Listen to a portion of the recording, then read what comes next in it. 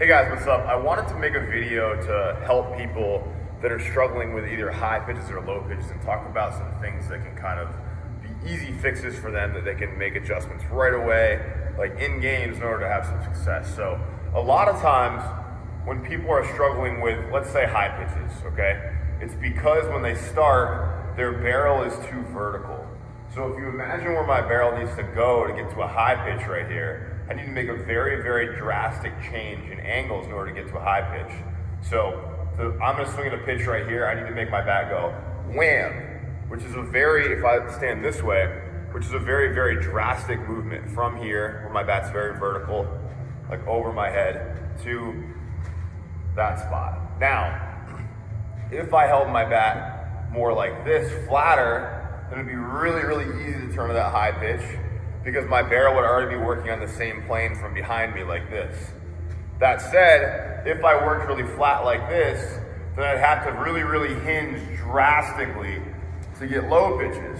So ideally, instead of having our bat straight up like this, where we can crush low pitches like that, but struggle to high pitches here, or having our bat flat so we can crush high pitches but struggle with low pitches, we should have our bat kind of on a 45 like this, splitting our helmet.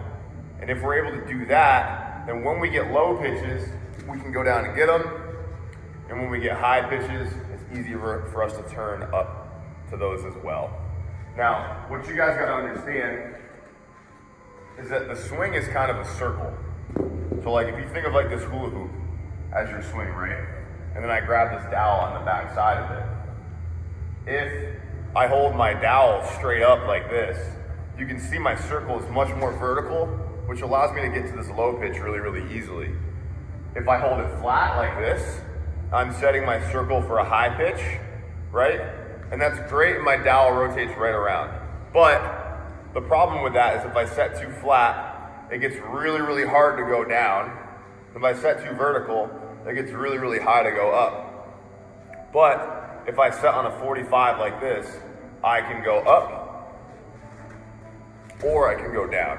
So that's the most advantageous start. So if you're someone that hits low pitches really well, but struggles with high pitches, or if you hit really high pitches really well, and you struggle with low pitches, putting your bat on a 45 to kind of split your helmet is a really good solution to help fix that. So let's say that you're a more advanced athlete, like a college or a pro athlete. We can use this same concept of setting our circle to our advantage to be able to sit on pitches that are high or sit on pitches that are low, okay? So take a look at the same thing, right? So just like we were talking about before, if I set my circle very vertically like this, it becomes very easy for me to turn to this low pitch.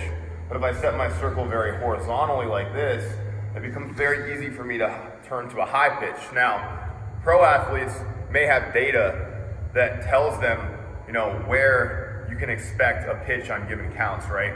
So let's say the pitcher that you're facing has a really high spin rate and, you know, he likes to work fastballs up in the zone. So you want to be sitting on that fastball, right?